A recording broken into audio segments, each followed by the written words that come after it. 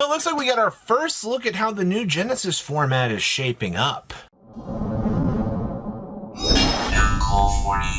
Now make sure you guys smash the link crap out of that subscribe button so you guys don't miss out on more Oscars. So we got the chance to see some early tournament data here for the new format, and I'm honestly kind of impressed with this because I didn't think that Crystron would be the one that would kind of be coming together here to topple down the format, but surprisingly it was one of the biggest showcases out of this event, and honestly that's kind of cool. We did have Branded, and Branded does have some tools still kind of available to it to kind of overcome some of the current meta, but you are going to take notice of there being like a Herald problem in this format and an Illusion Gate problem. But we'll talk more about that in a little bit. We also had Megalith. Honestly, Megalith being able to just kind of tell your opponent, no, shoot, go away. Like, you're not going to get the chance to, you know, do any of the crazy things that you want to do. That in itself does feel kind of crazy. And I'm not necessarily surprised to see Megalith, you know, kind of coming back out of the spotlight and actually trying to do some things. Monarch still kind of remains a good deck. They lost Megazoborg, but I mean, like, who cares?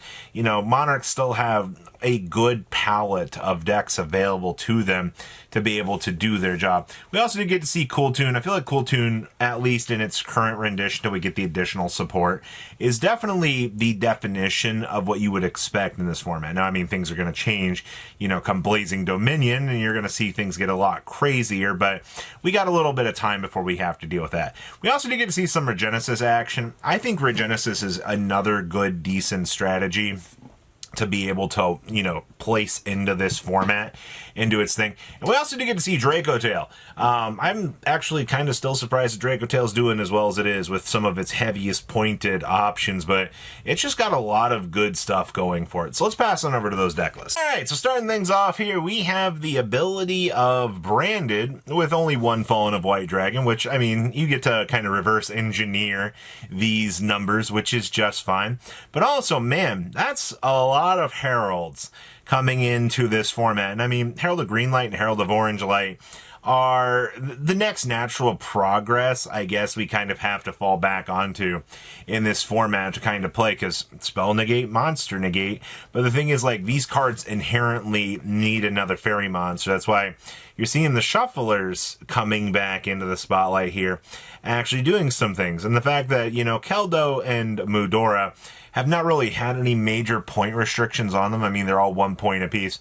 I actually think it's kind of cool to see that the Shufflers are actually kind of getting a spot in this meta. But these cards are, I will say, a little bit problematic if they are left to their own devices to kind of generate some bad advantage.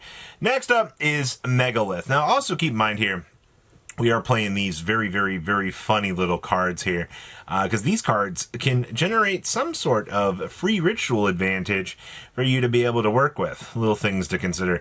We also have one Mitsurugi Prayers in here. You know, we are slapping in some of this advantage package, but each of the rituals does have some sort of effect to be able to use on, you know, its being tributed, which is kind of acceptable. I do see we've got Triple Prep in here doing its job. We're also going with Small World to bridge into things, but I mean, the thing with this deck is you want to get to the big guy.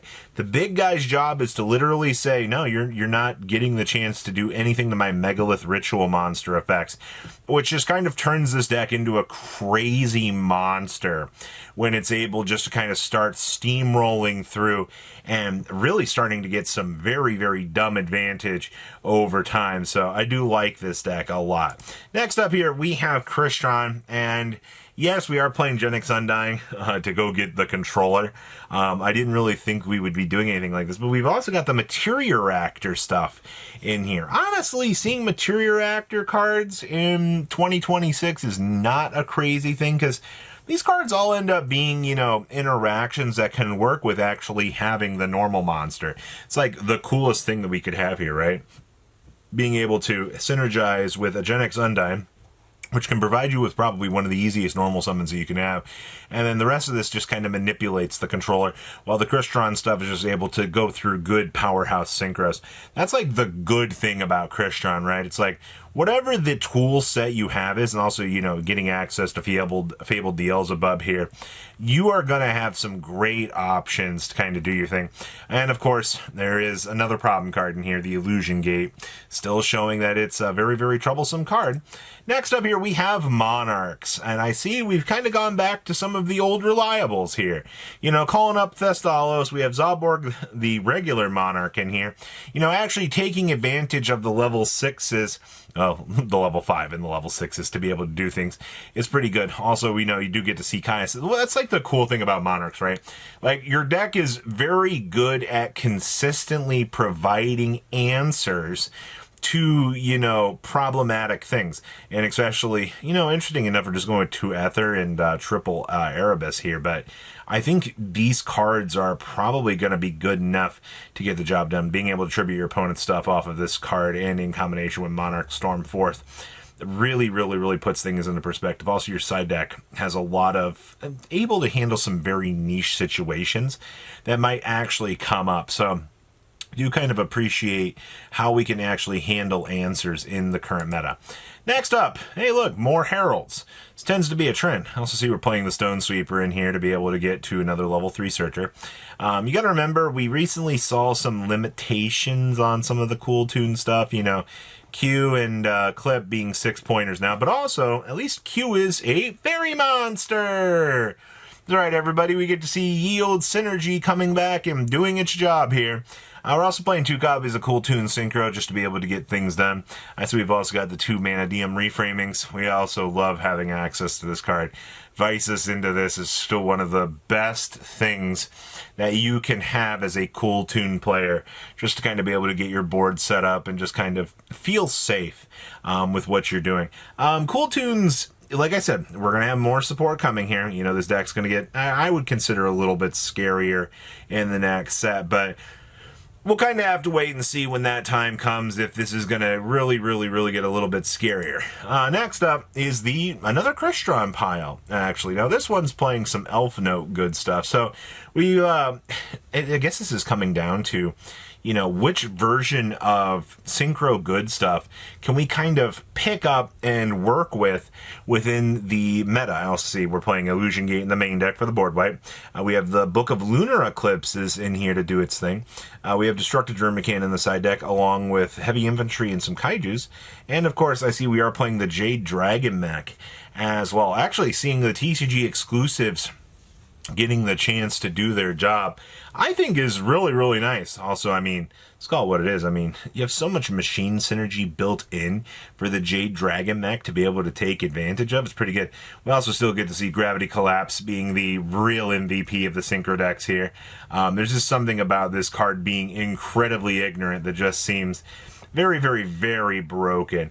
And then last but not least here, just kidding, we have one more after this. We have Regenesis.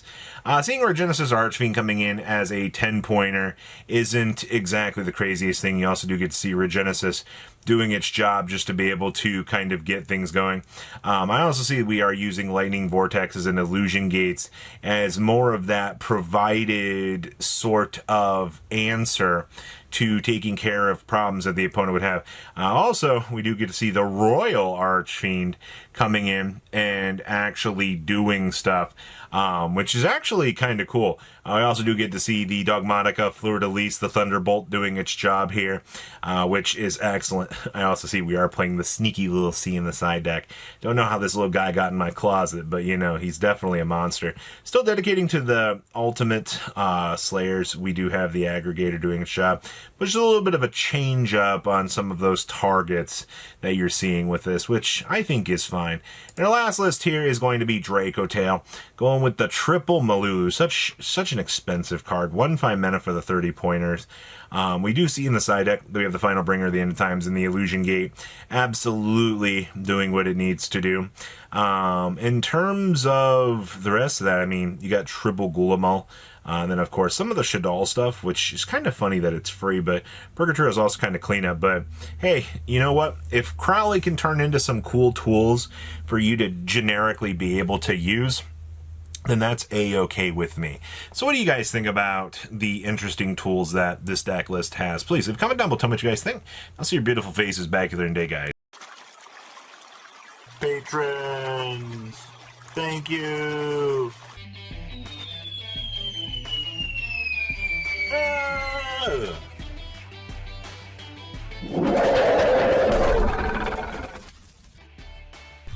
Thank you so much for watching. Check out these other videos.